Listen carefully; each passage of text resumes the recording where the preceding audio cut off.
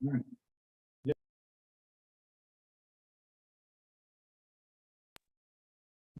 good afternoon, everybody. Welcome to the Santa Rita Union School District Board meeting. We're streaming today at McKinney Elementary School for our first mobile meeting. If we can please start off with the roll call. Mr. Neil Patel is present, Ms. Sarah Turner is present, Ms. Alva Ariano is present, and Mr. Jacob Sandoval is present. Please stand for the Pledge of Allegiance.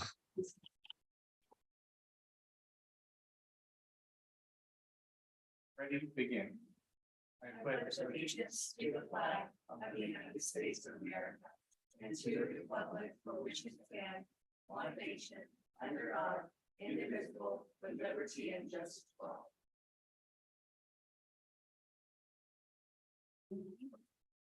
Okay, moving on to item 1.3, approval of the board agenda. If I can please get a motion to approve.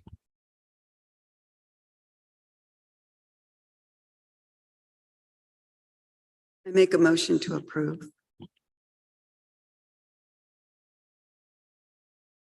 Second. Roll call, please.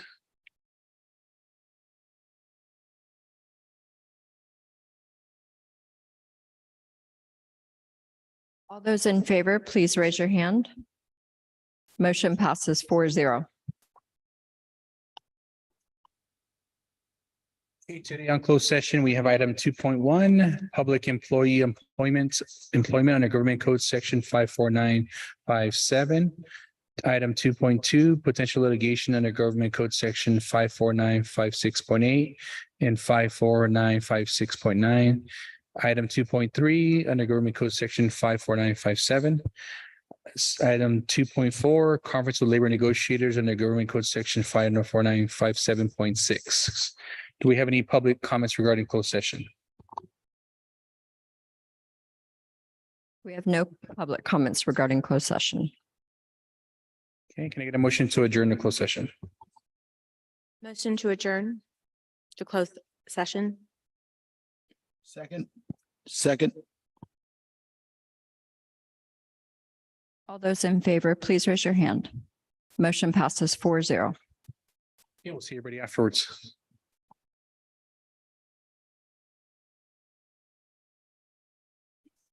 Yeah. No.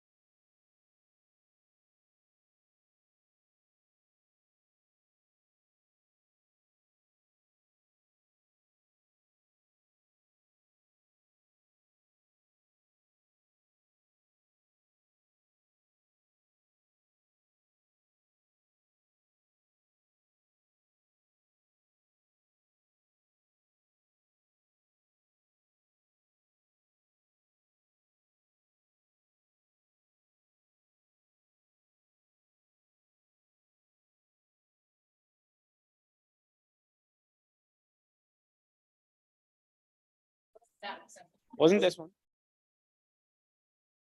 You know, it's okay. Nope. All the mute groups before. It might be Melissa's.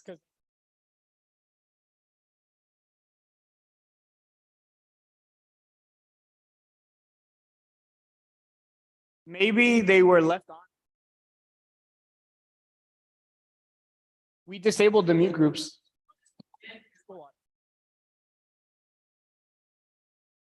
Yeah, because no, because the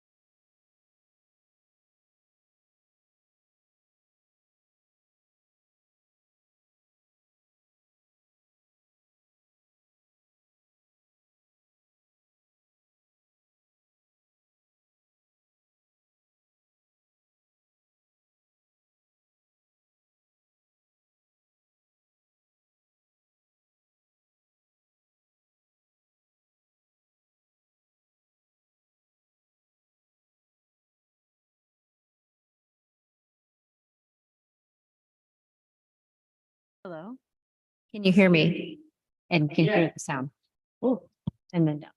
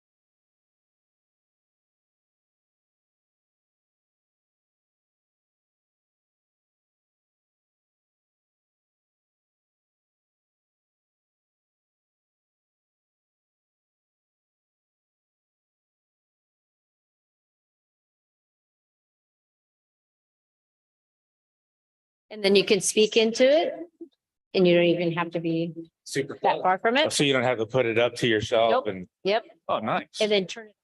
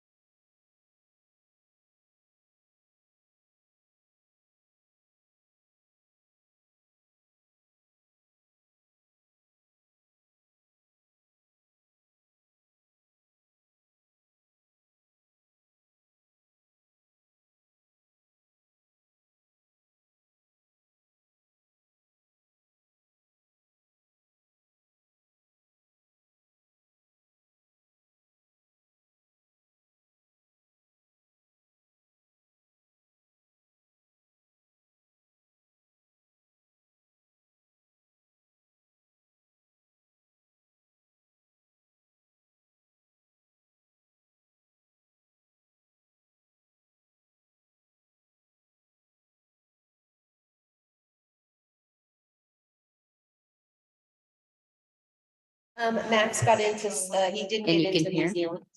Do you hear? Oh, okay.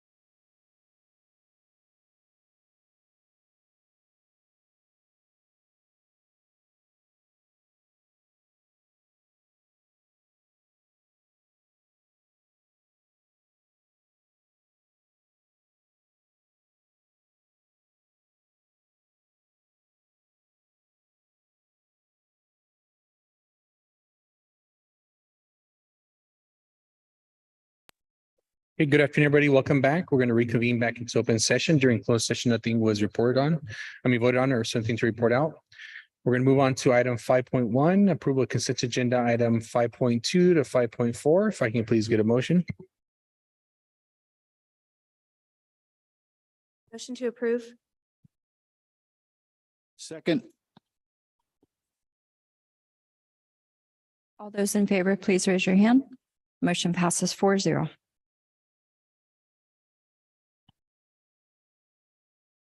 Okay, you're going to move on to item 6.1. Is there anybody here from SRTA?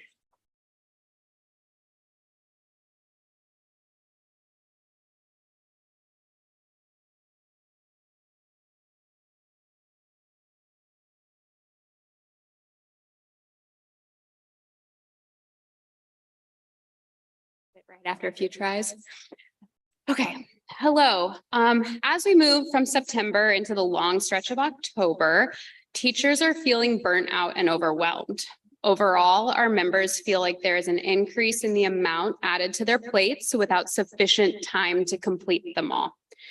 We've added SEL and active shooter lessons, which are wonderful, but our teachers have not been given sufficient time to prepare for the actual lesson implementation.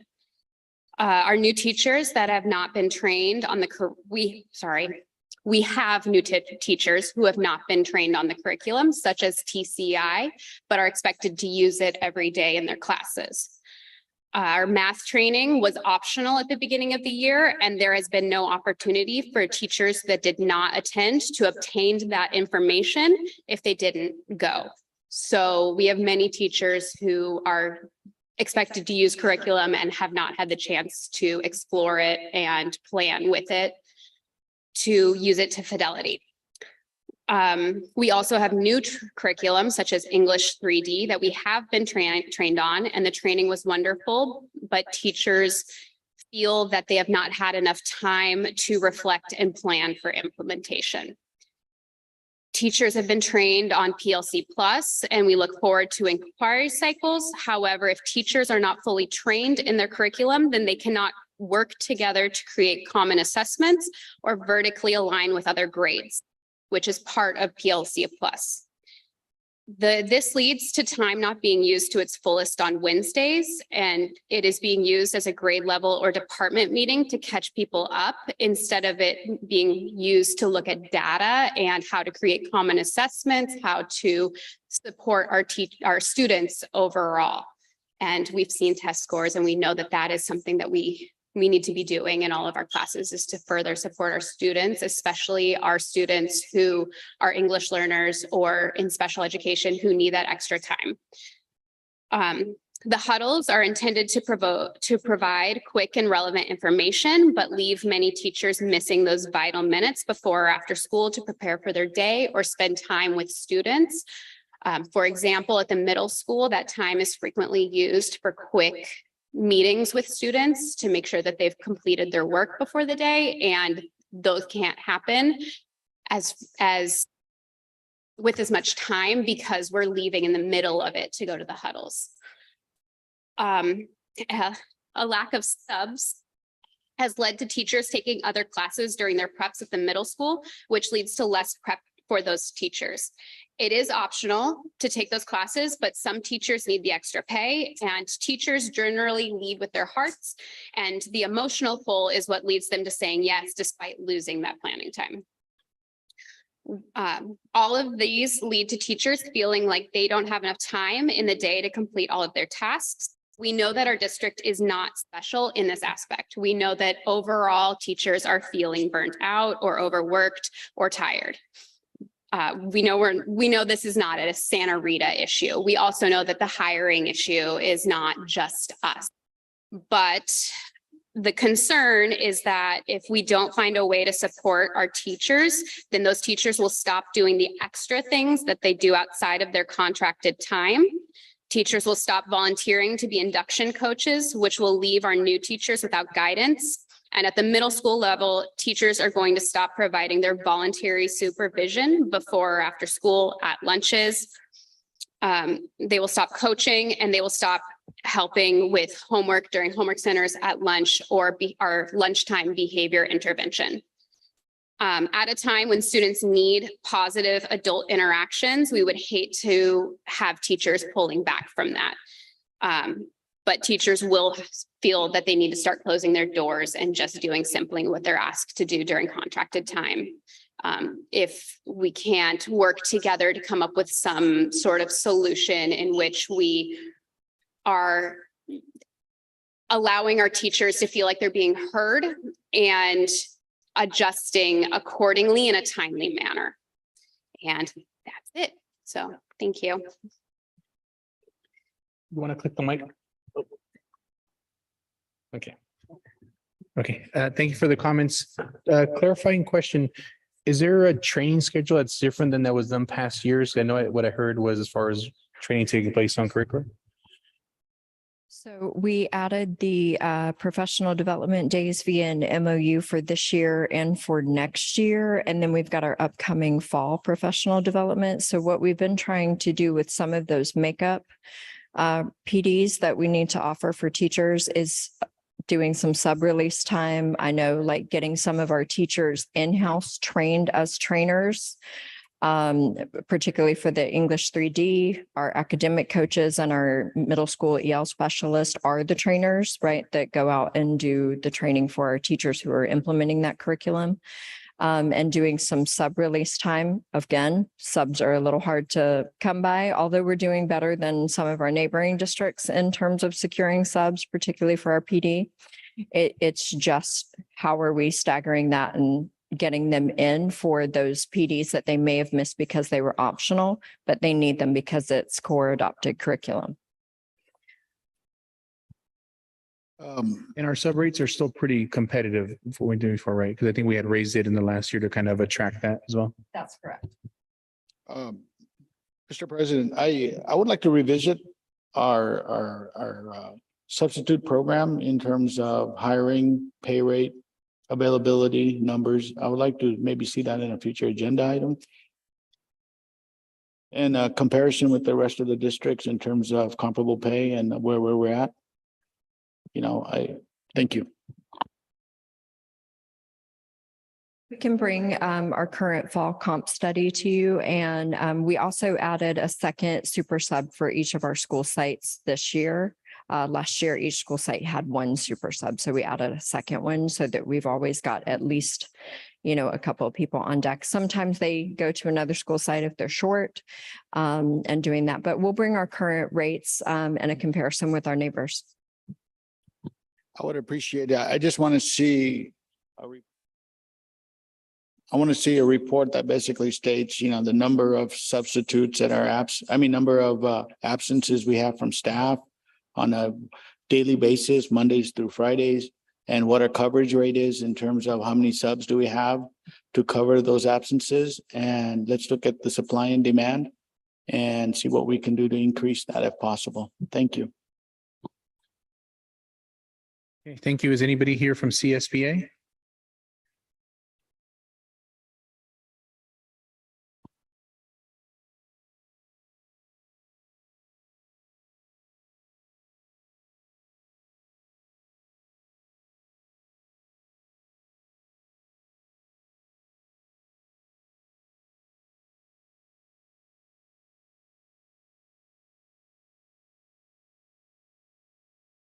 Good evening, everybody. My name is Rhonda Velez. I'm here representing CSEA, our classified union. We don't have anything pending to import, but I will let you know that as a retired employee, I will be remaining on with the union in an active position as chief union steward and as a member of the active chapter. Yeah. Thank you.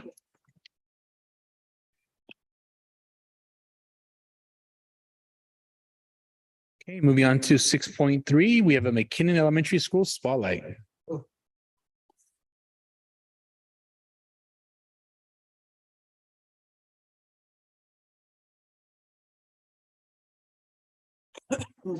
And if the parents want to sit in the chairs to get better pictures, that's also an option too.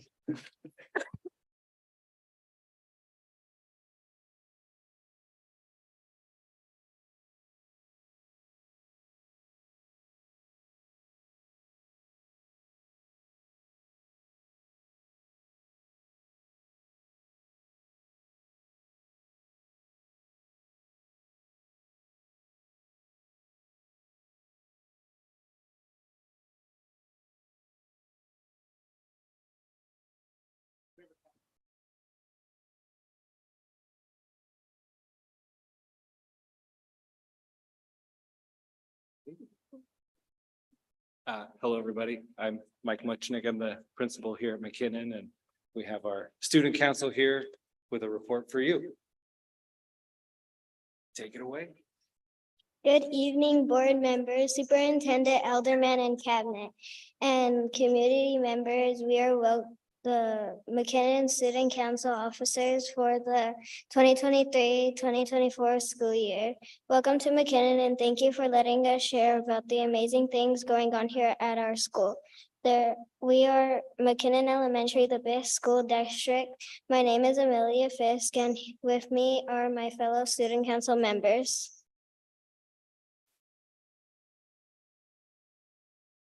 My name is Moises Fernandez, and I'm vice president.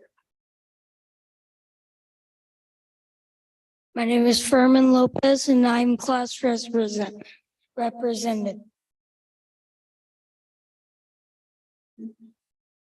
My name is Valentina Contreras Fernandez, and I'm class representative.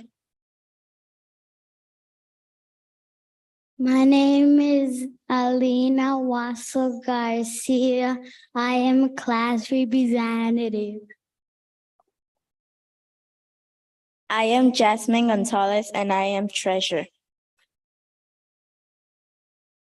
I am Axel Solis Hernandez, and I'm class representative.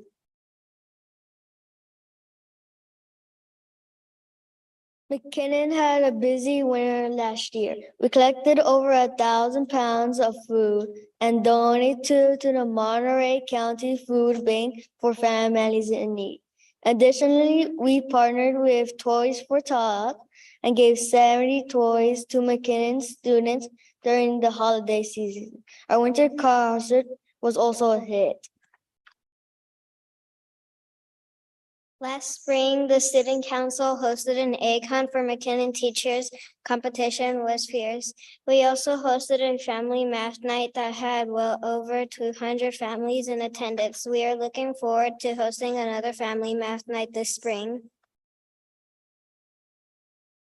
We take our Spirit Day seriously at McKinnon. Here are some highlights from last year.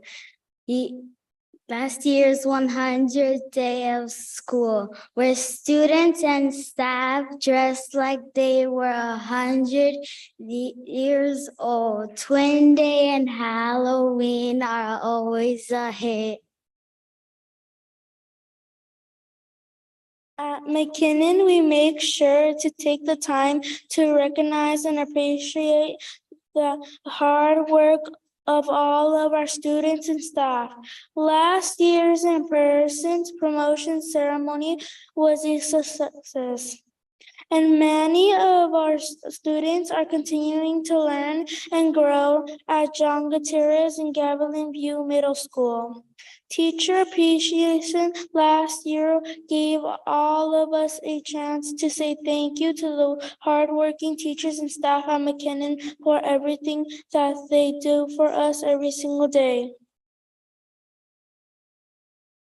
The 2023 to school year brings some new color to McKinnon campus. A big thank you to Miss Isaac and the students of advanced art class at John Gutierrez Middle School for our new Be Kind mural, reminding us daily to always be the best we can be. Our new student council was elected earlier this month. This year, we expanded our student council to include class representatives from 4th grade. Our first spirit day of the year was Crayola Day. Every grade level got a color, and we even got to take a whole school picture out on the field. This month, we're looking forward to Superhero Day on Friday this week.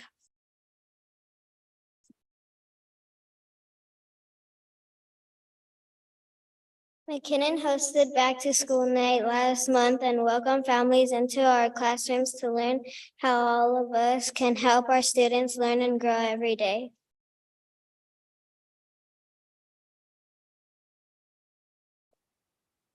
McKinnon is excited to announce that we have broke our ground on our new science garden. Our garden boxes are ready to go. A huge thank you to MOT staff for putting in some overtime this month for help opening a larger access to the area, as well as clearing leveling the area, and for us to begin building our dream garden.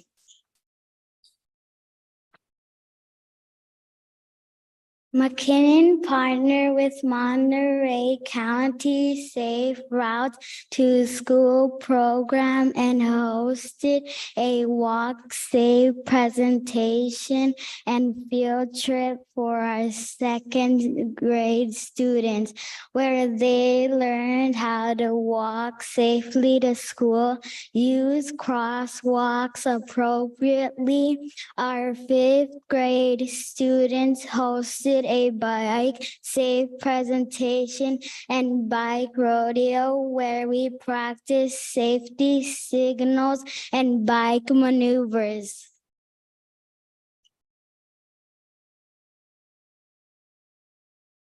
Last month, Salinas Valley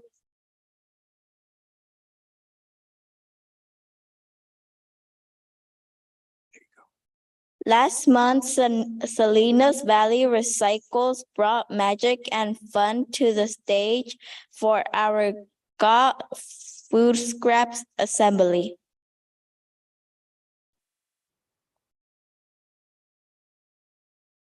Here at McKinnon, we take hands-on approach to learning, making sure that every student has what they need in order to succeed. Our fourth graders got a chance to visit the Sherwood Hall and experience the Monterey Symphony, and their performance a love letter to Hollywood.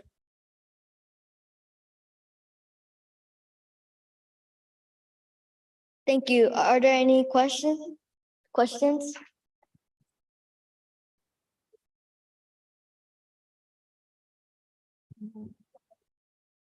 You guys did an amazing job. Can you guys introduce your family or who's here with you today?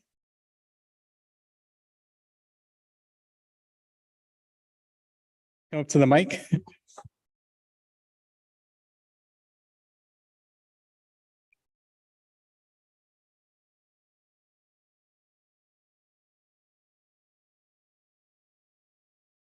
All right, there you go. Today my mom is out here.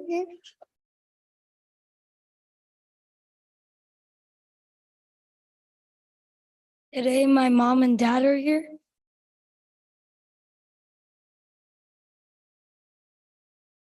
Today I'm here with my mom. Please stand up.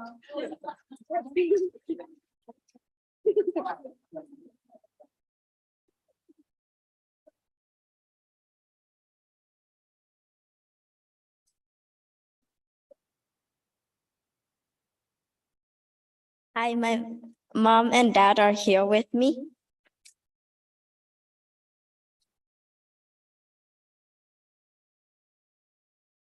Today my dad's here.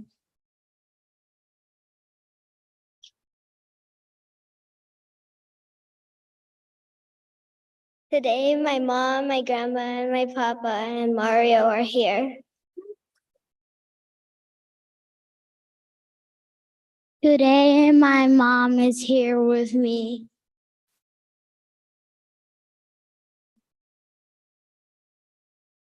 Hey, board, do you have any comments you'd like to share?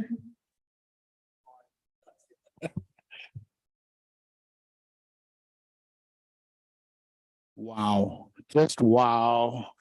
I was so amazed when I saw you guys up there talking and sharing with us all the great things that this awesome school does. McKinnon is so fortunate to have such great students and families and principal and staff. You guys are doing a tremendous job here. And what I really liked was that all of you today were building courage. I often say that all the time, but it is true. When you come out and you do something that's a little scary, but you do it anyway for the right reasons, that is when you build courage. So when you go home today, look in the mirror and say to yourself, today I was courageous. I conquered a fear and I am a true leader. Because that's what you were doing today. You today became leaders in front of all of us. So remember this day and carry it with you. We're so proud of you. And so I'm sure your teachers and parents, everybody is, but this is the day you became courageous and true leaders. Thank you.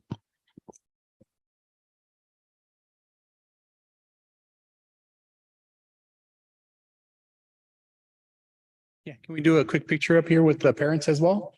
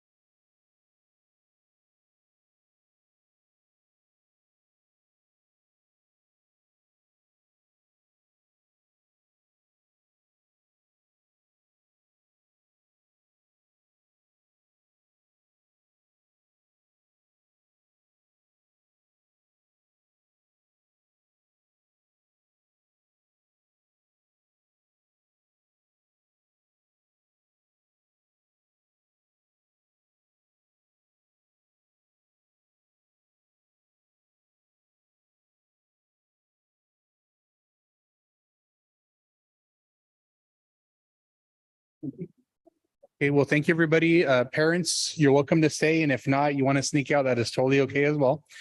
So we're going to move on to item 6.4, Superintendent's Cabinet. We're going to start off with the Director of MOTF, Mr. Victor Sandoval. Oh, good evening, everybody. Hey, at the last board meeting, I had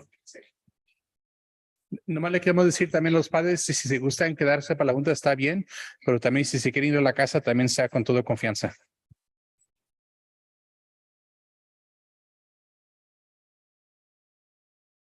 Well, good evening, everybody. I thought it went to green. Just don't touch it. Hands behind my back, all right? Last board meeting, I had promised to bring you a video. However, I didn't calculate that there's a learning curve to do a drone. It's really super fun, by the way, but I'm going to keep it short and simple and save my time for the facilities update. All right. Thank you. Okay, moving on to Chief Business Officer, Ms. Rosa Zamudio. presentation tonight, so I'll save my time as well. Director of Special Education and Student Services, Ms. Melanie Grundy. Perfect. I'll give you an update, but I'll try to keep it brief. So we had a behavior aid paraprofessional training this week and really honing in on the de-escalation strategies and just a toolkit. So weird to hear your voice like this. A toolkit to just further our team's ability to serve our students. We've also had a all special ed training this week, a PLC, where we really focused on just overall documentation. Like I shared in another meeting, there's new service pages. So really looking at developing our skills and how to document it, what best practices are, and really what the state's going to be looking for as they come in and audit these service logs. So we got a lot of great questions around that too, and just really collaborating between sites. So it was great. We have one more safety care training this school year. So we have a handful of our paraprofessionals and behavior aides that have not had the opportunity to come. They haven't made it to the 3 other ones. So to have 100% participation, we're going to do one more. So we have 2 days reserved in October for that. So really looking forward to just having everyone trained and have those tools. So we do have all our special ed teachers trained at this time. So each site has about 5 safety care trained staff. Thank you. Any questions? Thank you for the update. Moving on to Director of Engagement and School Climate, Dr. Summer Prather-Smith.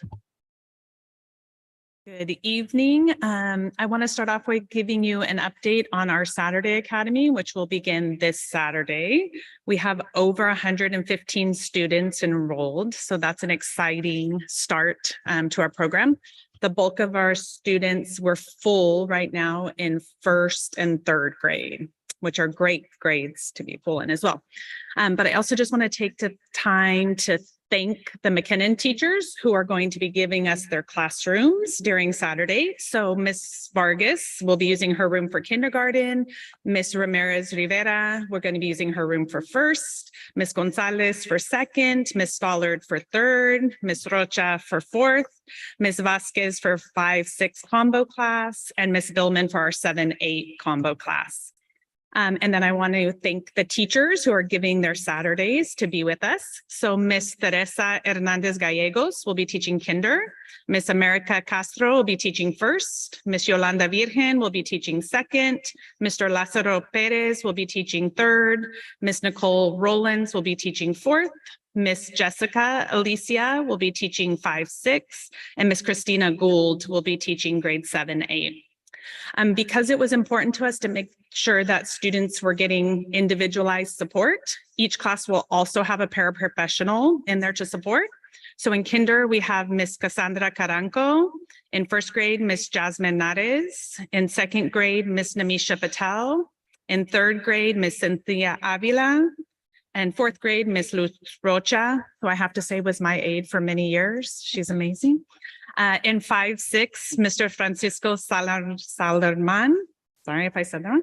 And in 7-8, Mr. Claudio Vasquez. We have Ms. Tina Ramos, who will be our lead administrator.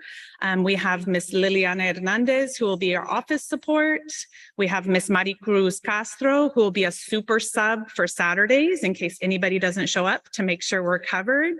Ms. Maria Almanza, who will be a super para to step in case we have any paras out. And she'll also be doing our bus supervision. So she'll meet the bus at Santa Rita in the morning, ride with students over here to McKinnon, and then ride back to make sure that everybody gets picked up.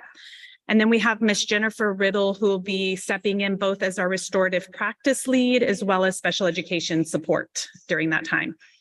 Today I was able to finalize, we will be taking our 3rd, 4th, and 5th graders next Sunday to the air show. We have 50 tickets, so we are targeting 3rd, 4th, and 5th for that. And then I'm putting together another excursion for our littles, our K1-2s, and our 7-8s at the end of our time together. So we're excited. We still need some chaperones for that trip, but to take them to the air show and to really, give them some accolades for spending their Saturdays learning with us. So I'm excited. I'm hoping we double our program in session 2. This session goes through November 4th, every Saturday to November 4th. We'll take a little break and then we'll start our second session after that.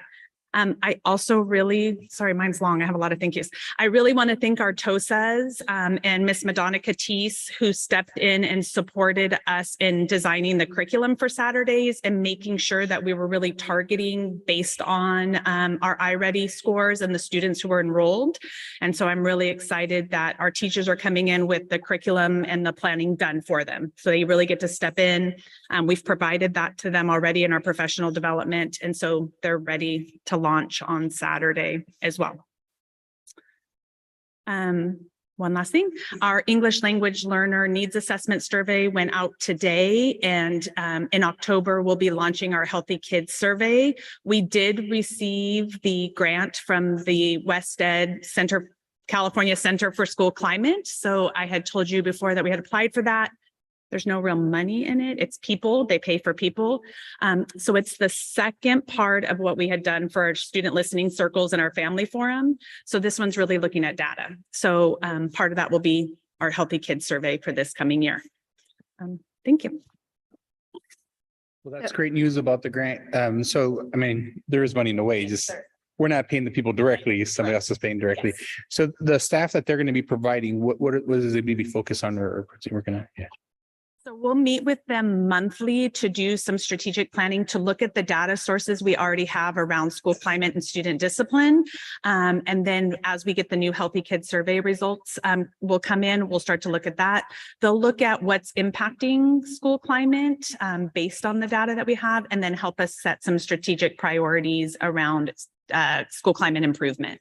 That team will be made up of several different folks. We'll meet monthly with them virtually.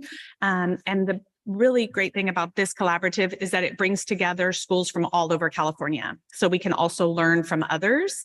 And then they'll come and do a 1 full day session looking at our data as well.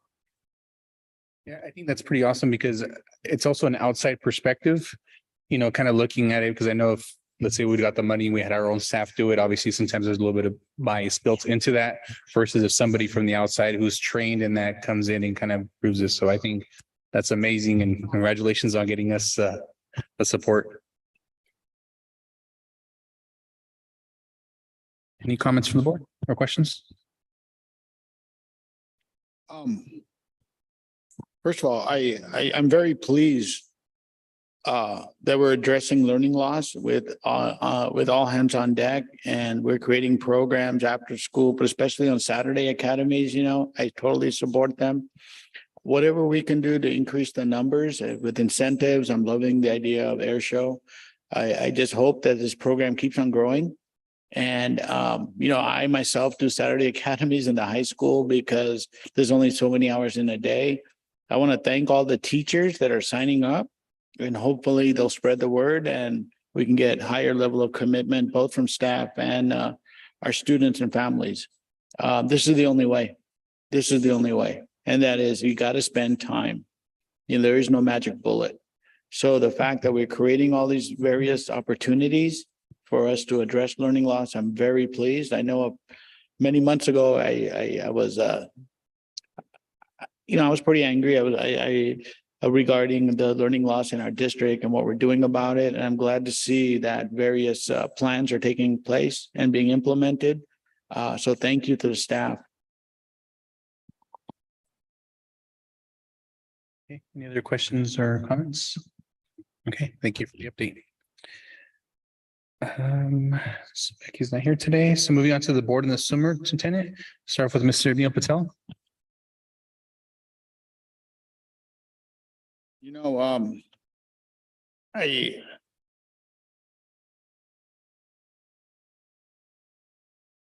I got a phone call from one of my relatives saying there's a bunch of police cars down in the neighbor's house. What's going on? What's going on? Isn't that one of your staff members at your district? And then once I found out, I don't know what else to say. How much can one family give to society? My heart goes out to the Alvarado family. My heart goes out to the Salinas Police Department, to the greater community in general. Talk about public service and dedication and to sacrifice the utmost.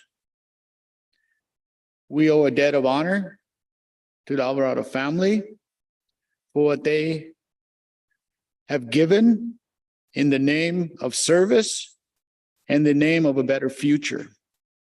So to Miss Alvarado, our heart goes out. Our family, to their family, our prayers and thoughts. And I don't know what else to say. When I found out, it just broke my heart because this is personal. This is family. This is our Santa Rita family. And we were the one district that supported police officers and bringing them on campus, while all others pushed them away. In the time of need, we bring our family together. Thank you. Okay, Ms. Sarah Turner. Thank you, Neil. I appreciated that. And my thoughts and prayers go to their family too. In regard to our work at Santa Rita, last week, on Monday, I attended the first curriculum council meeting of the year. It was fabulous. It was everything that I wanted it to be. I was just laughing with Melissa just in terms of, I loved the collaboration. I loved people talking across grade levels and acknowledging that oftentimes the state does not give us the tools that we need to do our jobs. And so we have to create those tools. I would love for things to come perfect in the box, and they don't. So just looking at what are our needs and how can we address them. Facilities, I loved the changes to the Gavilan View plan, just in terms of making it safer for kids, making it obvious. One of my favorite things about Santa Rita is that we change our mind.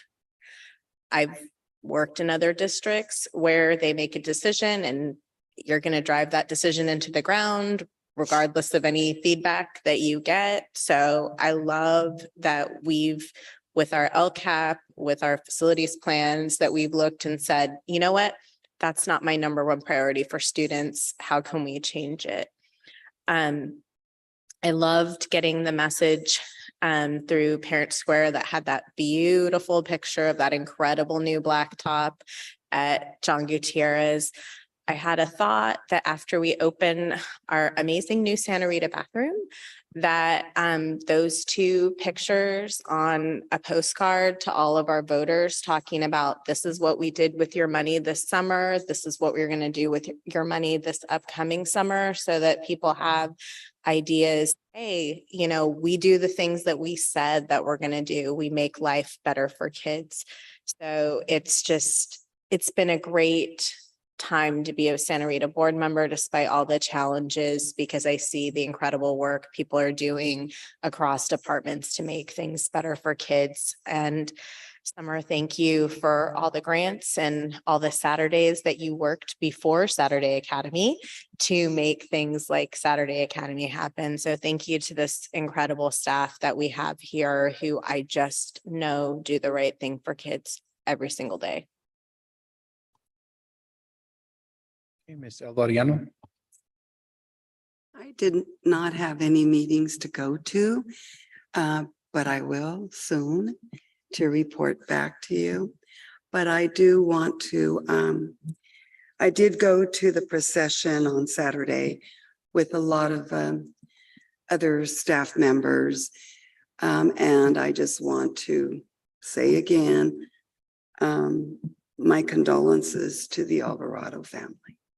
Thank you. Okay, for myself, first, thank you, Sarah, for mentioning a lot of stuff.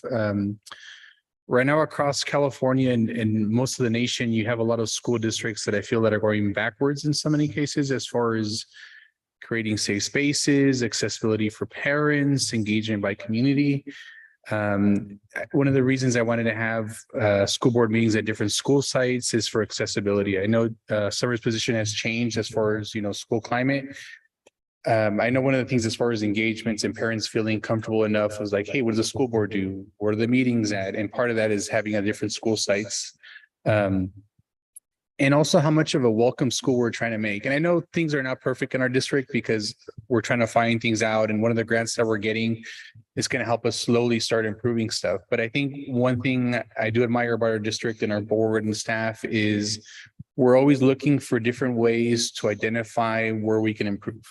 Because I think that's, as long as you're trying to be reflective and try to see, okay, where can we make things a little bit better for students, for learning, for parents, for engagement, I think that speaks a lot. So just wanted to say thank you to everybody and for the community and teachers is, I think we've gone a long way of creating all these different spaces where if there is concerns, we've also created the space for teachers to come forward. I'm thankful to Dr. Alderman always having her door open. So if teachers do have concerns or anything that's kind of come up, I welcome and encourage you to reach out to her, to Summer, or any of the directors and kind of have that engagement and that conversation to find out how, as a Santa Rita family, we can kind of work to kind of address those things. So thank you. Dr. Alderman. Well, thank you for the note about curriculum council. It'd been a minute since I'd led one of those. And so it was great getting the group together and putting some action steps in place. I want to thank Summer and her team for putting together our first round of Saturday Academies. That's something different and new for us. And it's been amazing to watch the numbers of enrollments increase. And I know a lot of that is like how much she's advertised it. And speaking of advertisement, I know you mentioned sending out something to our voters to let them know we've got an upcoming refresh with our content for KSBW. And we had talked about showcasing some of those things with them as well to get out to our public at wide. And then we started our district level learning walks. We've gone to La Jolla, John Gutierrez Middle School, and then Santa Rita Elementary School today. And so I want to thank all the teachers for welcoming us, the district team, into their classrooms, allowing us to spend some time, engage with students, watch some great instruction going on. I really appreciate that. And I know the site teams have been doing those learning walks. And so welcoming us in to kind of also engage in that process allows us to see what the day-to-day is and what those needs are, and then how we can build structures to continue with the ongoing support. So that's great. And Ms. Moore has already scheduled our next 3 site visits. So we're working with those teams to get in there next week. Any questions or comments on the board? Is that door open? Feels a little cold. Yeah. Yeah, thank you. So, okay, moving on to item 7.1. Huh? Next time. Any public comments regarding non-agenda or agenda items?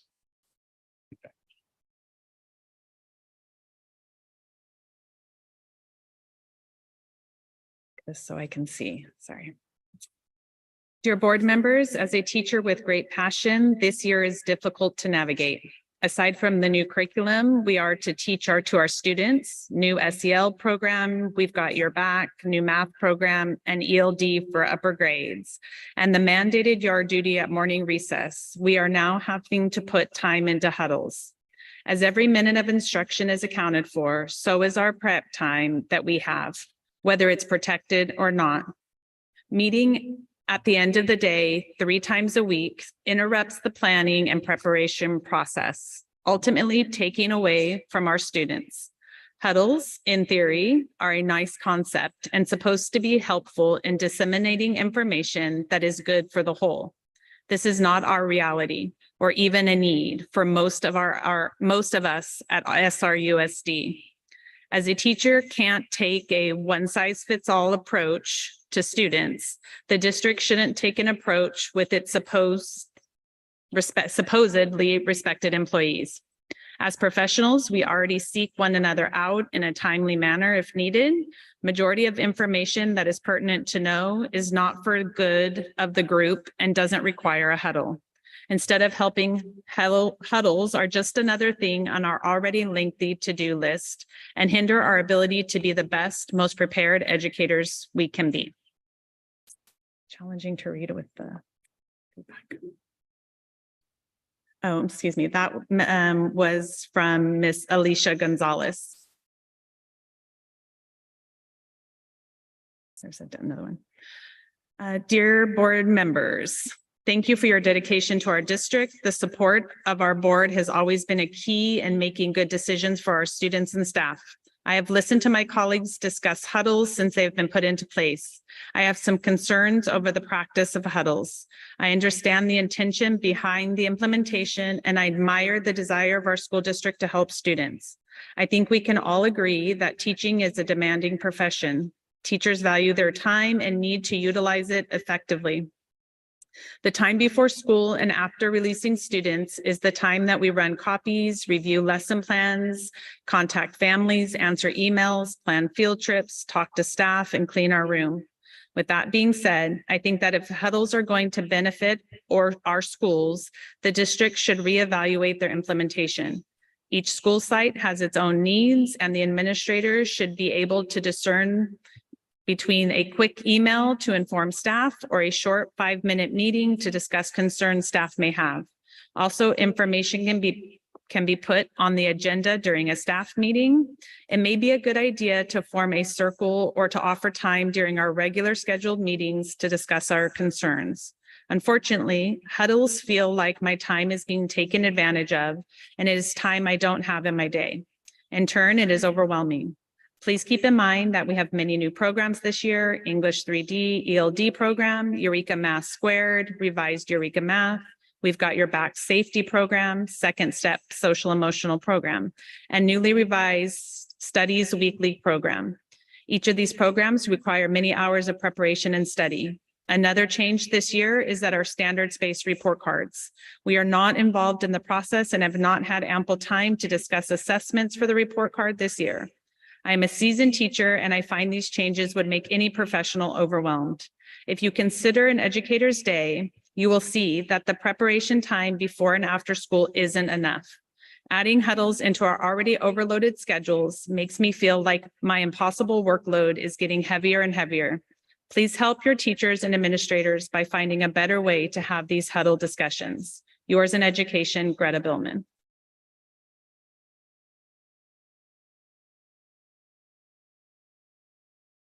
Oh, I appreciate she made hers really big. Good evening, dear board members. My name is Maria Rocha. I'm a third grade teacher at McKinnon School, and this is my 22nd year working for the Santa Rita School District. I love teaching my students, and I feel honored to work with many other teachers and administrators who every day strive to serve and support our diverse students the best we can. The purpose of this letter is to ask you to consider the elimination of huddles. I know our district wants to excel and provide the best practices for our students, and that one of the purposes of huddles is to create better communication among faculty members. However, having these huddles is taking away many minutes a week that we need to plan and prepare for our lessons, grade students' daily work, call parents, and complete referral forms, just to mention a few. Many of us, teachers and administrators, are feeling stressed and overwhelmed because we are always rushing to make it in time to the huddle. Currently, our contract gives us 30 minutes of prep before school, but in reality is that 30 minutes a day is not enough time to plan for the new math program, reading, science, social studies, ELD, SEL, and new report card and art. I often take my teacher's books home to plan for the week and grade student work on the weekends. We appreciate all the new instructional programs that the district provides us. However, we also need time to become familiar with these new instructional programs so we can effectively teach our students, please consider eliminating the huddles and allow us to use the time to prepare for many things we need to do every day. Thank you for your time. Attentively, Maria Rocha.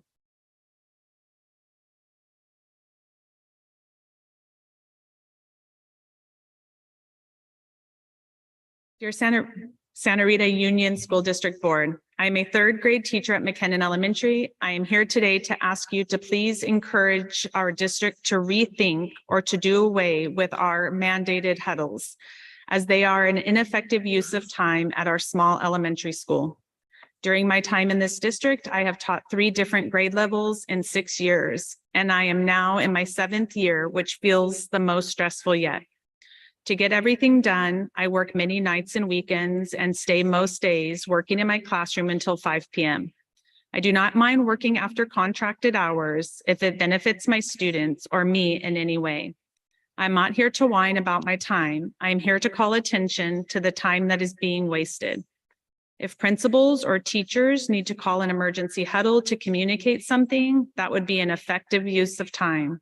However, our current huddles include standing around in a circle, staring at each other, trying to come up with something important to say, wasting anywhere from 5 to 15 minutes, which could mean as much as 45 minutes taken from our week. Please, members of the board, we have so many more things that we need to get done for our students.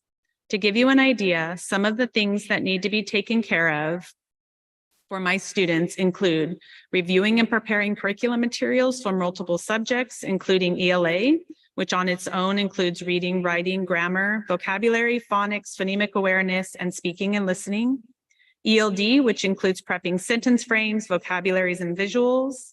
Math, which is brand new this year, includes reading through the lessons, preparing manipulatives, researching lessons for fluency, and to differentiate from my diverse learners. We also have to prepare for science, social studies, art, and our new SEL program, which includes previewing videos, printing, and prepping materials. I also need to put together assessments, homework, grade, and return papers, contact parents, and possibly track down a translator. Sometimes I need to review an IEP or fill out referrals for SSTs, counseling, vision, speech, or OT concerns. There may also be a need to contact parents regarding student behavior, a field trip, class party, or conference. I may need to check iReady minutes and scores and assign specific lessons for struggling students. Many weekends or evenings I spend creating and posting assignments in Google Classroom, where I'm also able to differentiate some. Some afternoons, I realize I need to charge Chromebook, sharpen pencil, clean glue bottles, and paintbrushes, or update my seating chart and move desks. I may need to take down and put up student work or decorations on the walls to help create a positive classroom culture. I could go on and on. I'm sorry if this sounds like rambling. However, it is what my day feels like. Work is never done. Every minute is valuable. While I do believe that these huddles were started with good intention, my fear is that they are actually hurting staff morale and adding more on our already full plates. There is a better use of our time. The number one thing we need as teachers is more time. If you are still not convinced, please just look at the state of ELA and math scores. Please, Santa Rita Board, support the teachers in doing away with these huddles or putting the control back in our school site, so we can more effectively manage our time to better support our students. Sincerely, Allison Jones, third grade teacher.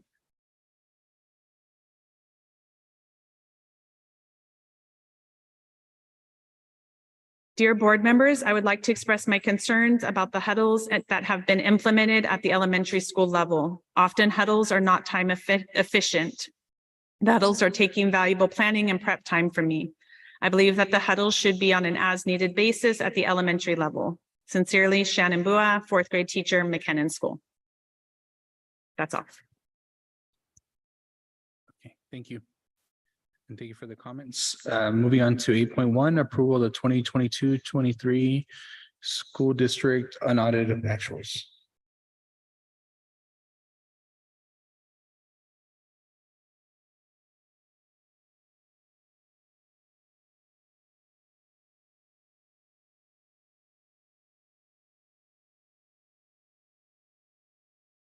Good evening. Can you hear me? Okay, so you should have in front of you a copy of the PowerPoint.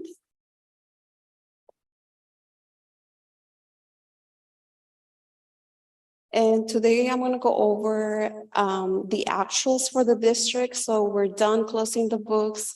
And this is what we actually spend on the 22-23 school year. And the same for revenue. This is how much actual cash we got. So I'm just going to go over the details for all of the funds and the forms. And feel free to stop me at any time. So just, I usually talk about the main highlights for every presentation. Something to keep in mind for this one as I move on and as I go over the revenues and expenses is that this year we're really focused on spending all of that one-time funds.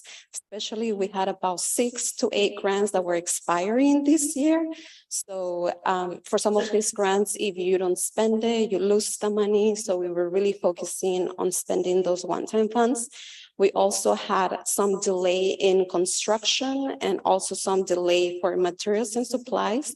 That doesn't mean necessarily that it's a savings. What it means is that those expenses got moved from this closer year to our current year. Okay. So as you see on the screen, that's our general fund. So after getting all of the ADA and enrollment for the closing year, including summer school and the J13 adjustment and all of that, our revenue came in about 59,635, which is great. Now federal revenue, as I mentioned, we did focus on spending out all of those one-time funds. We had for this line specifically for Title I, Title III, Title IV, and Title V grant. As you know, with the revenue for this grant specifically, these are the type of grants that if we don't spend all the money, we don't get to recognize the revenue. They're earned revenue grants. They're kind of like a reimbursement. You spend it and then you recognize there is a certain percentage that you can roll over to the next year. And if you don't spend it, if there was a savings this year, we can roll it over. There's also adjustments throughout the year. So I can tell you, like, for example, for this current year that we have, we might get adjustments for 2020, 2021. So sometimes they're like 2 years behind, even 3 years that we get revenue from prior years as an adjustments. And as we get the revenue, we keep adjusting. This year, we have some overall savings on those grants. However, we moved some expenditures out and we were able to spend all of our title funds this year. So what it pretty much means is that we're not rolling over any ending funding balance this year. We're spending our current allocation for the year and any possible revenue that we got from prior years. So for that same reason, revenue came in higher as we're spending current year, prior year adjustments, and we're not leaving any rollover for the next year.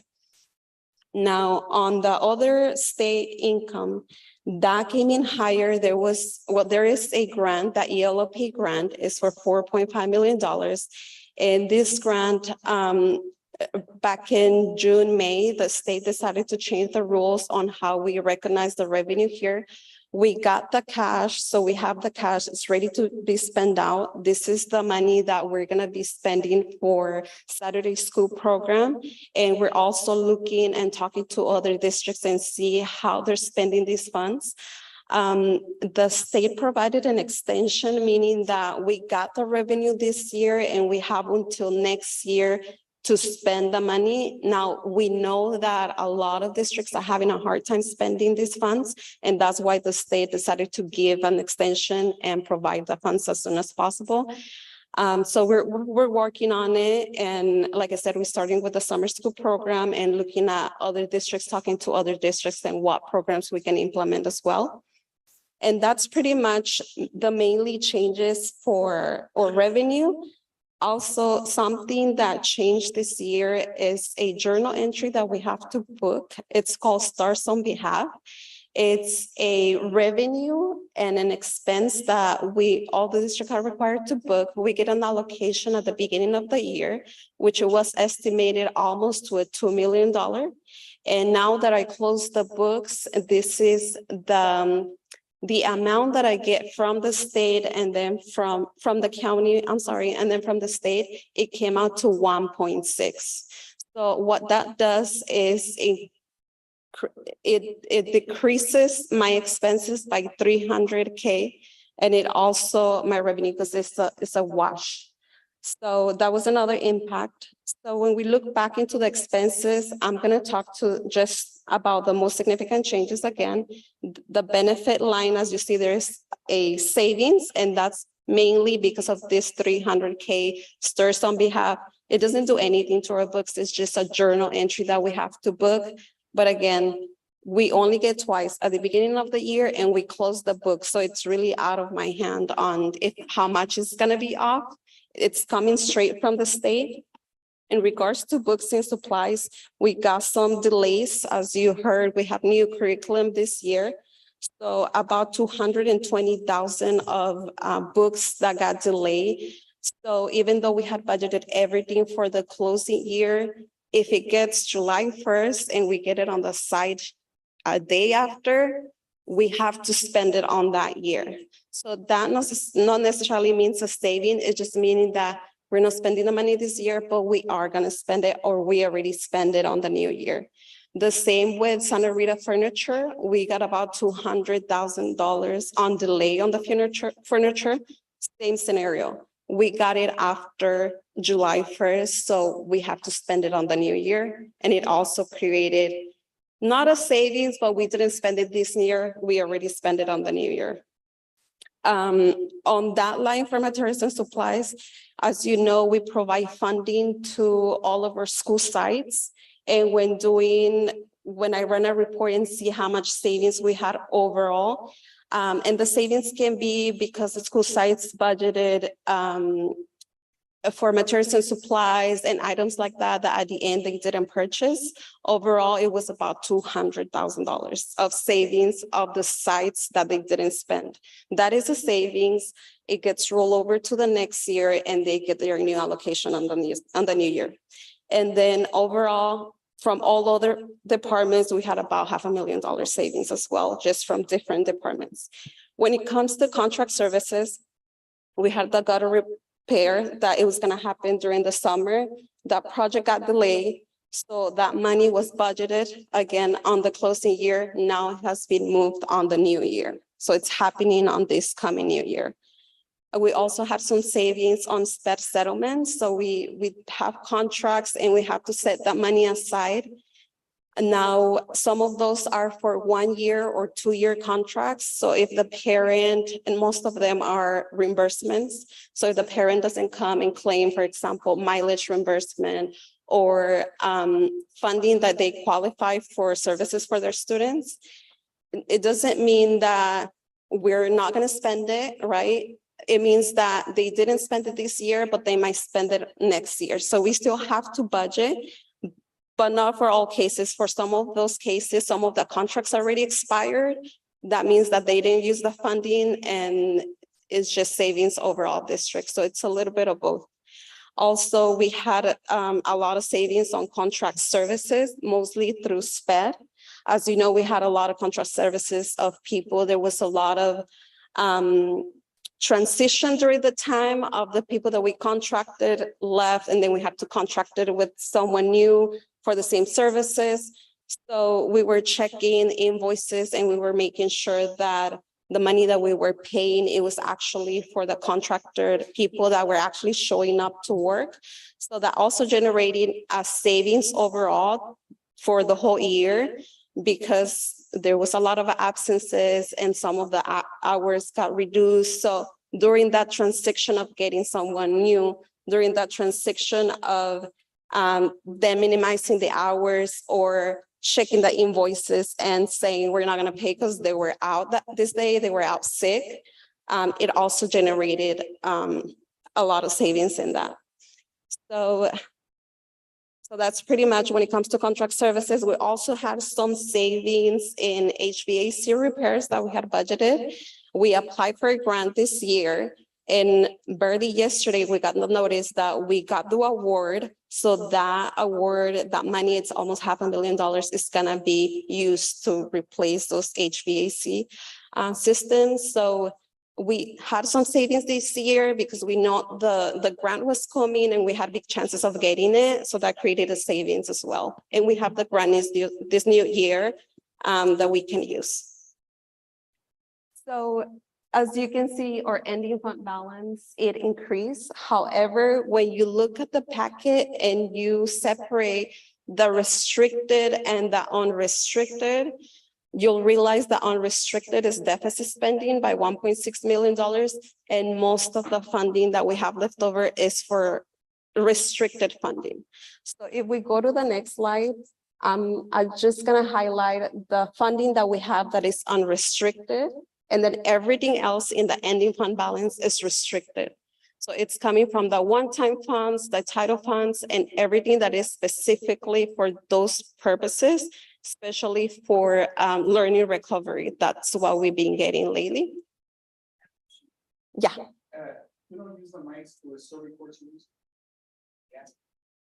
Well, no.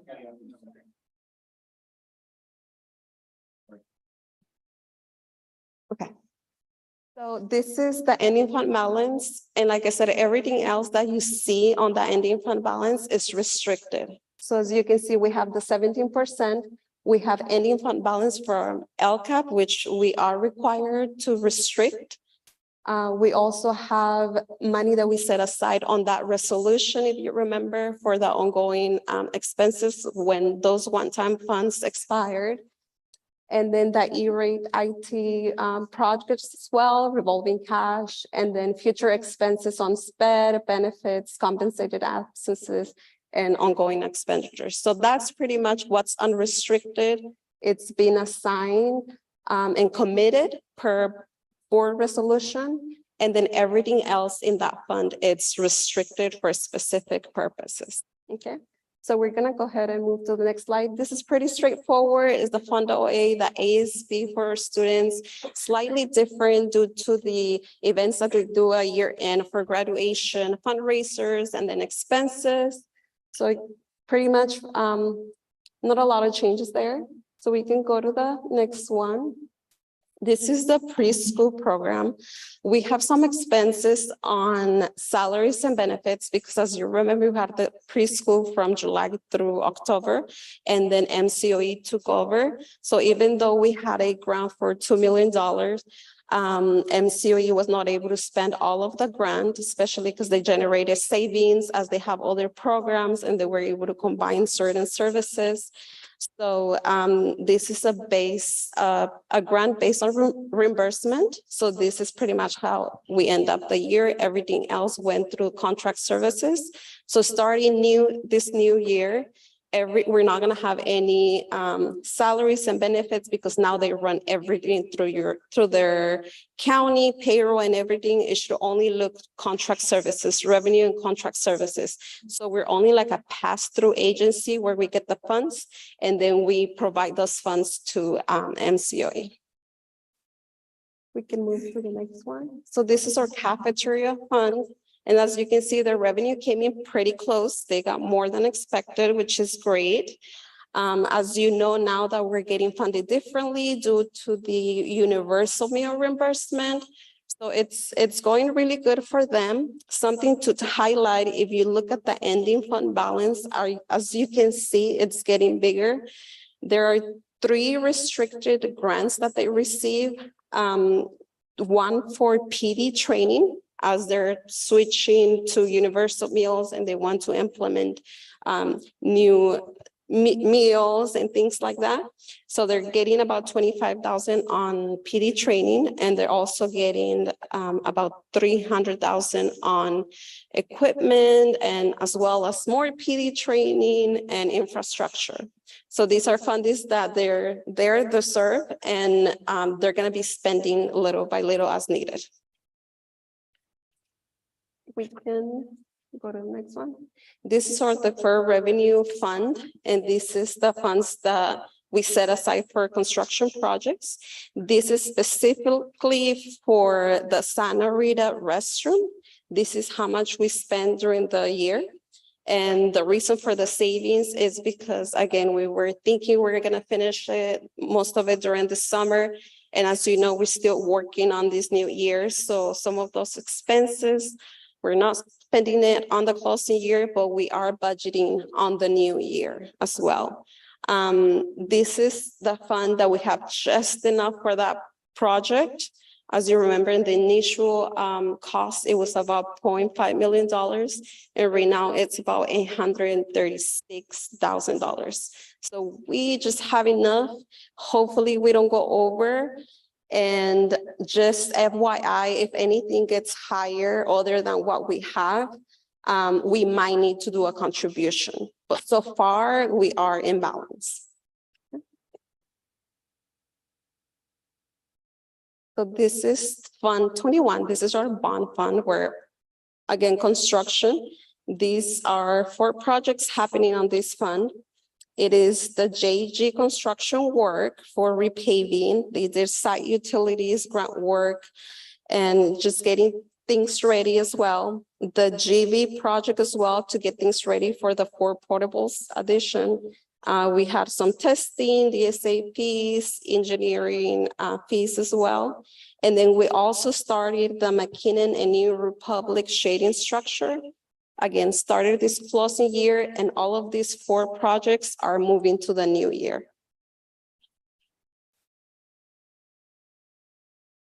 Fund 25 is pretty straightforward. This is the money that we receive for any development around the area.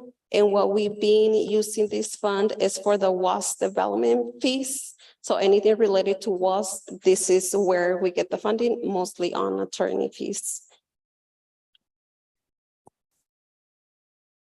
So we can go, oh, is that ready? Fund 35? Yeah, okay. So for this fund, as you remember, this is where we were paying the Gavilan View kitchen renovation. So for July, August, and September, we still have some invoices that we have to pay and work. So that's where most of expenditures are. And we're also, after we're done with that, as you can see this year, if you look at the very bottom, we have about $4 million. This is where we plan to purchase the Sabrina site. So we just have enough just to purchase off the land. There was already 2 appraisals that were done and they both came out for $1 million. So we can go to the next one. And then this is the fund that we're reserving for additional supplements for the bond money. We put aside $1.5 million for the GV construction project and as well $1.5 million for the John Gutierrez construction project as well. So we have $3 million in there that we move in this closing year, and we're ready to use it as well to supplement the bond fund on the new year.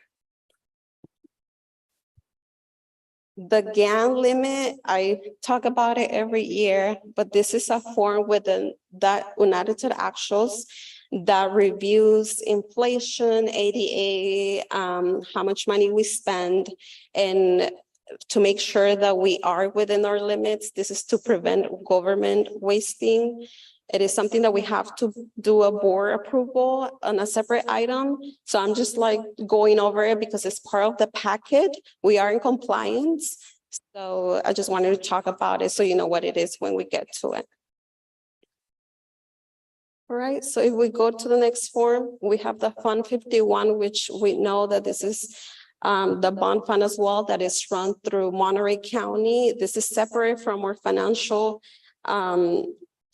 system, but we're also required to report it, the revenue that comes from it to pay the bond that it comes from property taxes, and the county manages all of that. We have all of the forms here that we always have. The Form CEA, this year we were 6% lower. The requirement was 60%. The main reason for that is due to the one-time funds. So when I was running a report just on how much we spent on the one-time funds, we were about $2.8 million. They exclude all of the one-time funds and they also exclude the lottery money. We purchased the curriculum books with lottery money, which was about $1 million. So there's about $3.8 million that is not included in here. This is something that is happening statewide. And as I check with my neighboring districts, they're also applying for a waiver. So when we're lower than that required, we apply with a waiver with the county, which I reach out immediately and I have the form ready for you for signature as well. So we're applying for a waiver. I reach out to school services as well and I say, hey, I know a lot of districts are struggling with this. Can you give a little bit of feedback, what's going on? But mainly it is because of that. We're spending more money on the one-time funds. And the one-time funds, most of the money, it's again, one time. We cannot use them ongoing. And it's a lot of support to staff, like parent money and things like that. So it's very restricted, but that's one of the main reasons why we were off this year. And that's it. If you have any questions.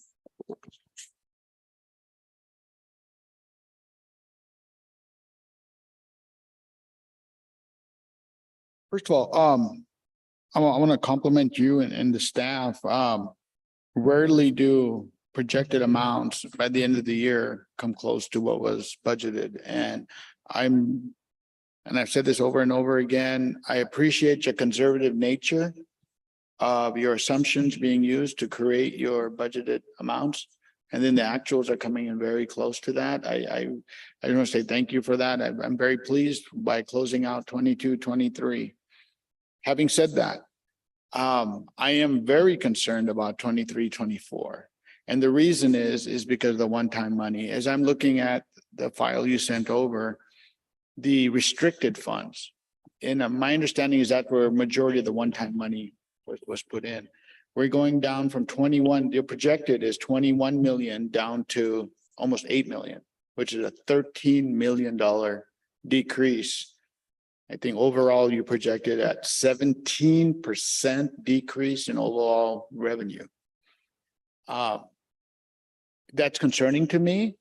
Having said that, I know that the one-time money has been spent on one-time projects and majority of which haven't incurred long-term liabilities. So it's centered to the years that they were used. I appreciate that. But at the same time, any budget where we're losing 17%, you know, it is eye-opening. So once again, I look forward to your 23, 24 budgets and assumptions and I appreciate, like I said, the conservative nature of your projections, and I hope you continue to do so. For me, it's always an issue of keeping promises made over the long term. And the number one driver of cost in our district is salaries. And those are promises made to our staff. And the last thing I would want to do is to have any issues with our budgeting process where later on we have to take back any type of wage or benefits that have been agreed to. So I look forward to the projections for 23, 24, and let's see what it looks like. But that 17% decrease, you know, it's really sticking to me. So, but once again, I think we have the right staff, and based on the past projections and how close we're coming, I feel a little bit more confident for the future, even though we are going to have this huge setback in income. So thank you for your work. Thank you for your projections, and thank you for providing timely, accurate information for us to make decisions from. Thank you. Can I get a motion to approve? Motion to approve. Second. All those in favor, please raise your hand. Motion passes 4-0. Did we do 8.2 as well? Did we do 8.2? Did we do 8.2 or just 8.1? Just 8.1. It's 8.1. 8.1. Yeah. Okay. 8.2 is going to be quick. If we can just get that was part of the resolution that she mentioned. Yeah. Yeah. Can I get a motion to approve? Motion to approve. Okay. Second. Okay. Those in favor, please raise your hand. Motion passes 4-0. Mr. President, I would like to request that we move item 10.1 ahead of 8.3. Yes, I agree. And my apologies, Rhonda, we should have moved you up a lot sooner. 10.1 is approval of board resolution 23.09.21 in appreciation of employee of the retirement of the 2022 to 2023 school year. And we're going to have Ms. Alariano read the resolution. Santa Rita Union School District Board Resolution 23.09.21. Resolution of appreciation. Whereas Rhonda Valise has served as health aide and instructional paraprofessional for 18 years. And whereas Rhonda Velez has served the Santa Rita Union School District faithfully since 2004. And whereas during the period of time, she made a significant contribution to the education of children. And whereas her service to the district was exemplified by dedication, consistency, and professionalism. And whereas she has resigned from her position effective September 30th, 2023. Now therefore, be it resolved by the Board of Trustees and an expression of gratitude be presented to Rhonda Velez that this resolution be made a part of the official minutes of this body and that a properly signed copy of this resolution is presented to Rhonda Velez in order that she may know of this board's appreciation of the service she has performed. Passed and adopted this 27th day of September 2023. The Board of Trustees of the Santa Rita Union School District.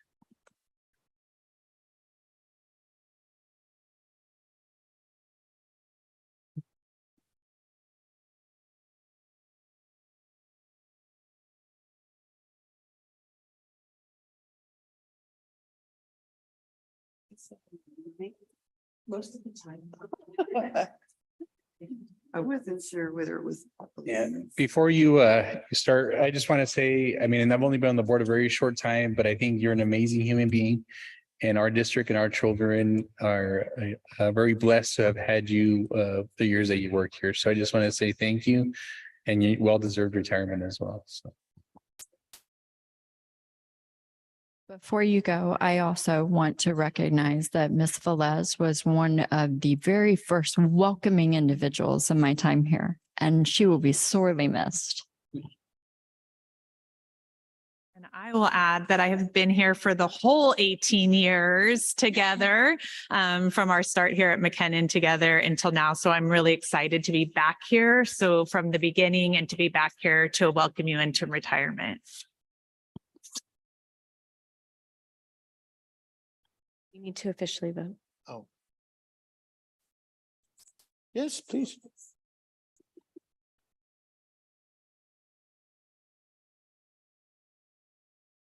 Good evening, everybody. I'm very happy and very sad at the same time to retire from full-time work with the Santa Rita Union School District. I had home daycare in 2003 and the economy sunk. So I was looking for something to supplement watching some autistic boys after school. So I took on the job of health aide here at McKinnon and New Republic, a wonderful 3-hour position.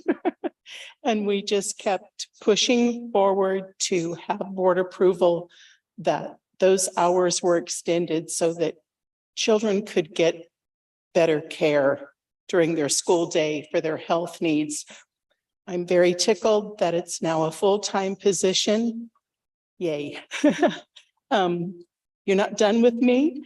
I'm going to stay on with the union and be active. And I also am very interested in coming back and subbing. So, yeah, this is my family. I love you guys. Thank you so much for the opportunity to love and nurture and worry about kids when I'm not on the clock. Thank you. Can I get a motion to approve? Motion to approve? Second. We're gonna do a picture. All those in favor, please raise your hand. Motion passes 4-0. Thank you. Thank you so much. Thank you. This way.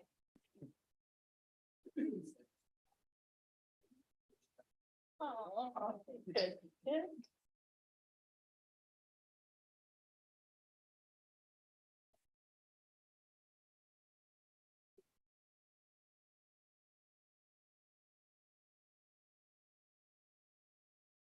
Beautiful.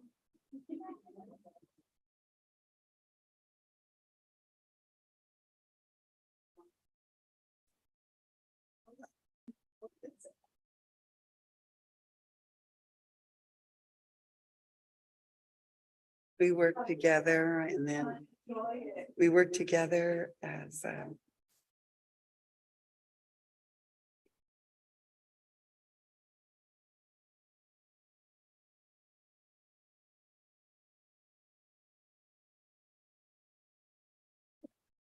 Now we're gonna do item 8.3.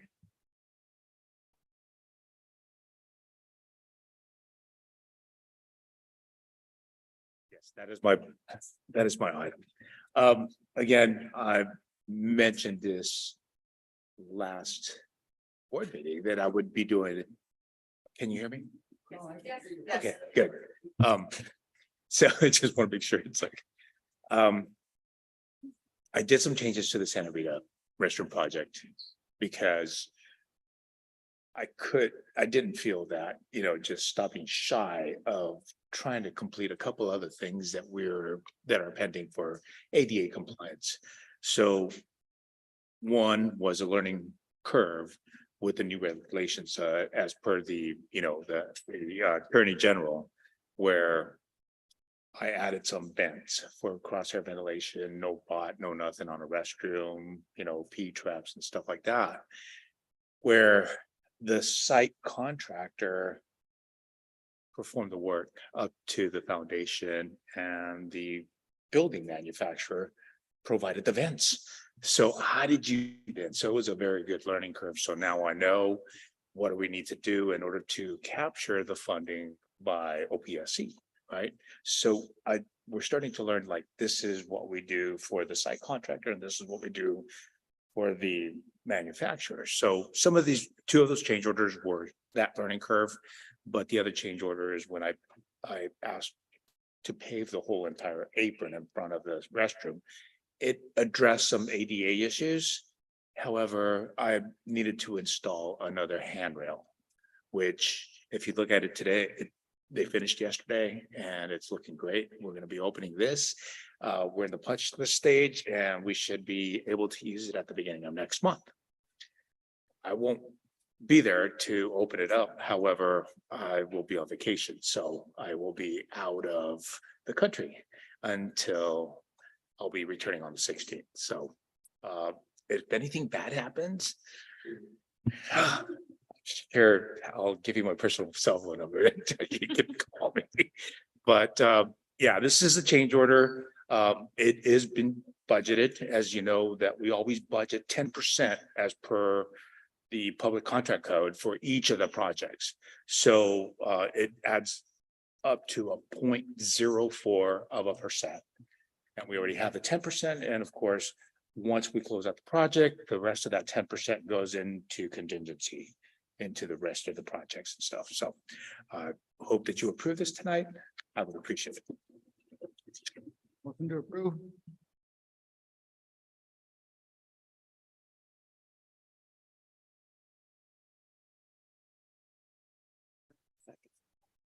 Oh, okay. All those in favor? You're the second. Oh, I am the second. Yes. Okay. So all those in favor, raise your hand. Motion passes 4-0. Okay, we're moving on to 8.4, Informational Facilities Committee update.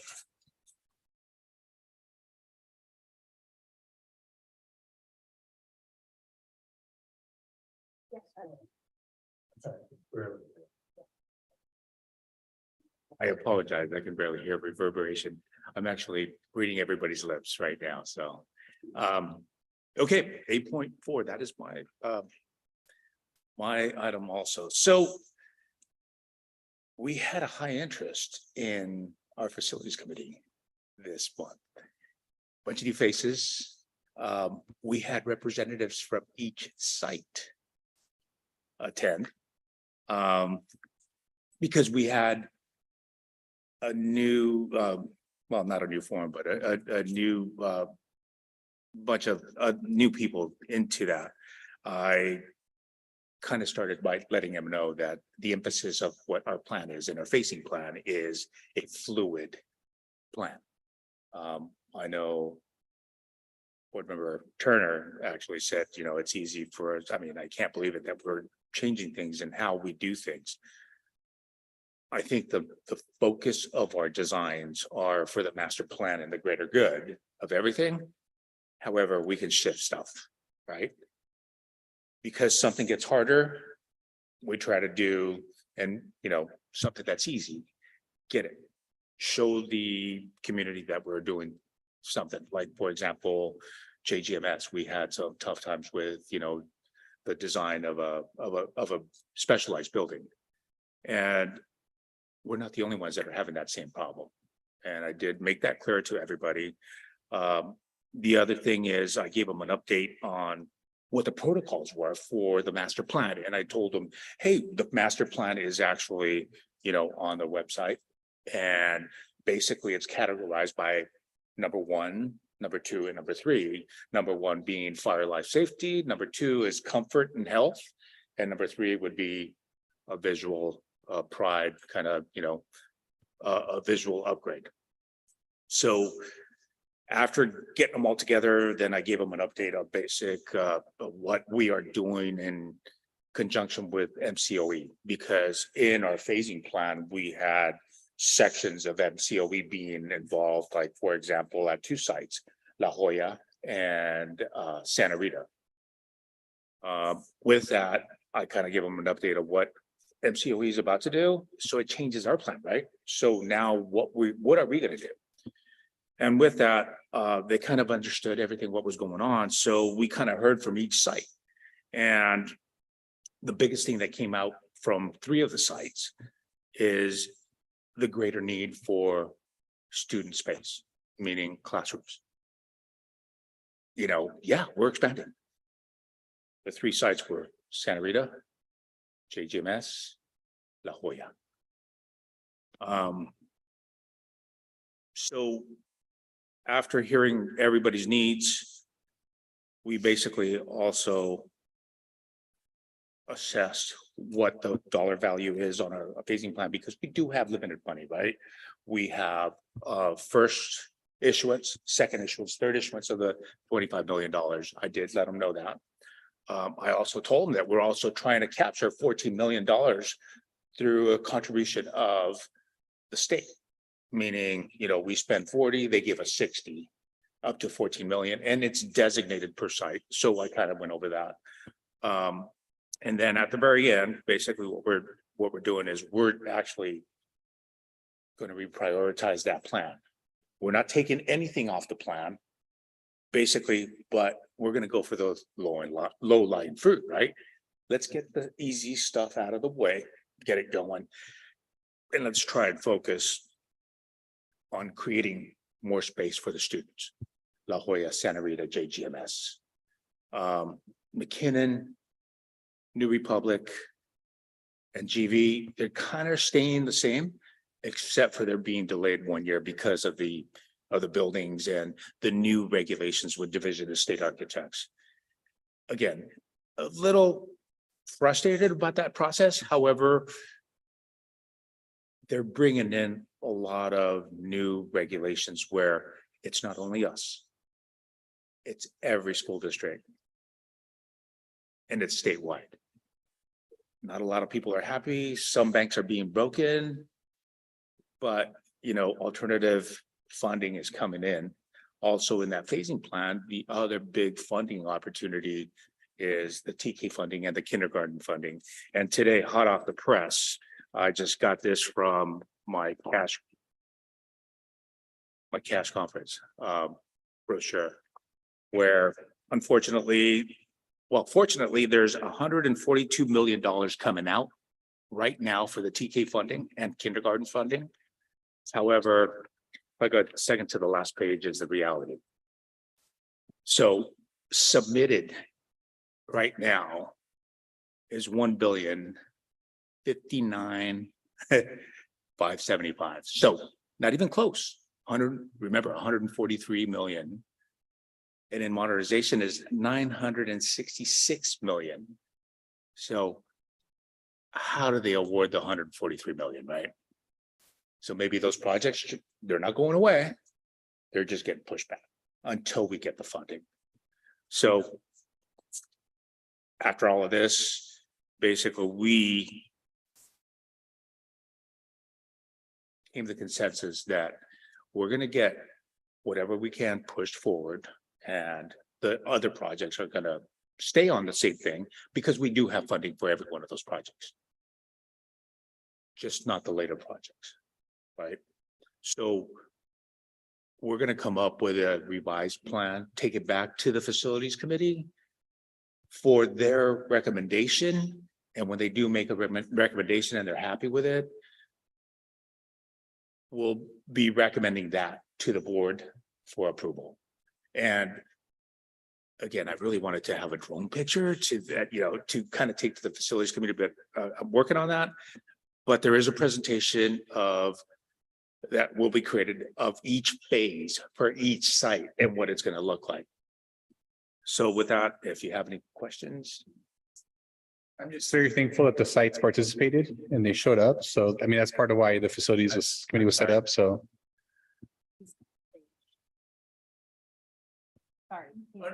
I'm sorry, I just. Yeah, no, I was just saying that I'm just thankful they showed up, like the site showed up. Oh, yeah. I was part of the. It was. Setting that up, so. I don't know, but I think more people wanted to come.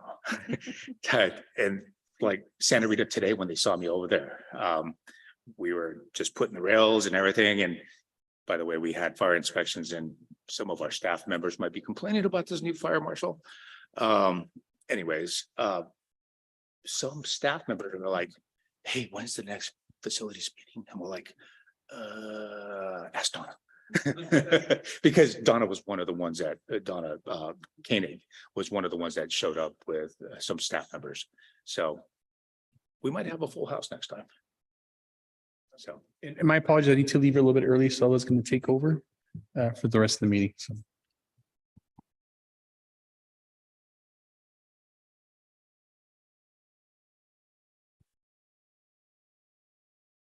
I want to thank you. I come from the private construction world, and as much as regulations and constraints we have, it's nothing compared to what Cal State does as for schools. And so you mentioned the word fluidity and flexibility, as long as our end goal is the same, and we have to change the processes along the way and adjust to the current needs, it is what it is. I'm just glad that we have somebody like you who is flexible and fluid in terms of being adaptable to the situation as it's changing, and it's constantly changing, and so I'm looking forward to the revised update, and so looking forward to it. the one key thing I did hear from you that I really appreciated was that staff members want to be involved. So, as a staff member at another district, it seems like that information is not always flowing to the people who eventually end up working there and using the facilities. So I think maintaining that communication with each site and the staff members is huge. And that goes a long way into getting patience and support. So I'm very appreciative of what you're doing and all the committee members and the staff for getting involved and wanting to participate.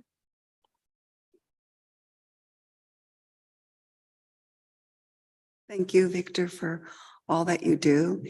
And I'm sure that you're really ready to go on that trip. So good luck to you, safe travels. And I just want to reiterate what he said about, you doing a good job and continuing on. Thanks.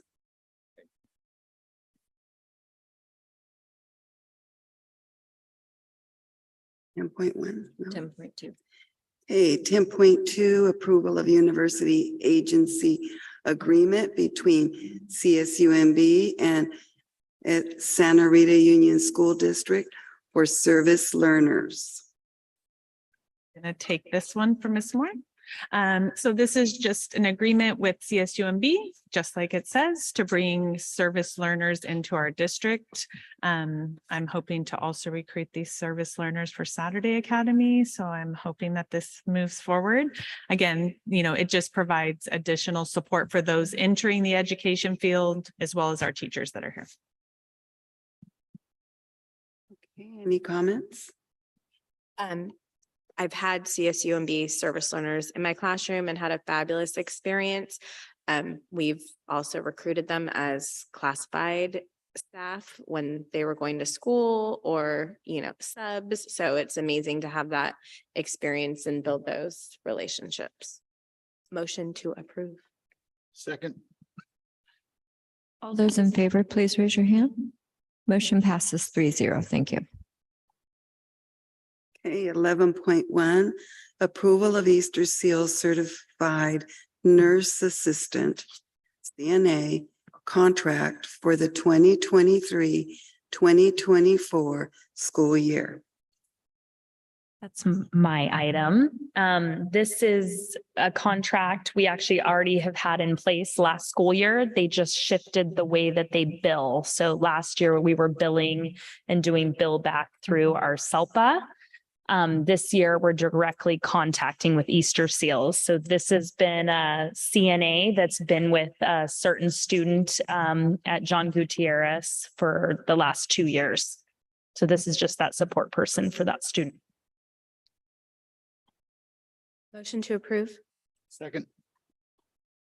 All those in favor, please raise your hand. Motion passes 3-0. Thank you.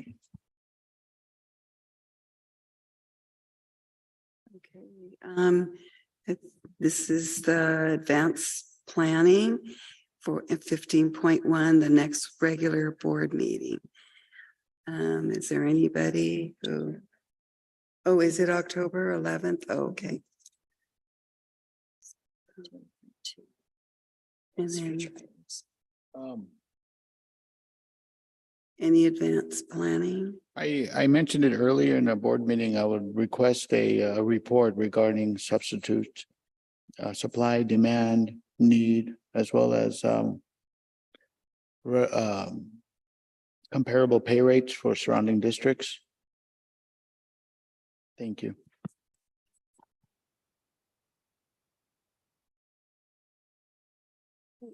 Oops. 16.1. Do I have a motion to adjourn? At 7:47. At 7:47. Motion to adjourn at 7:47. Second. All those in favor, please raise your hand. Motion passes 3-0. Thank you.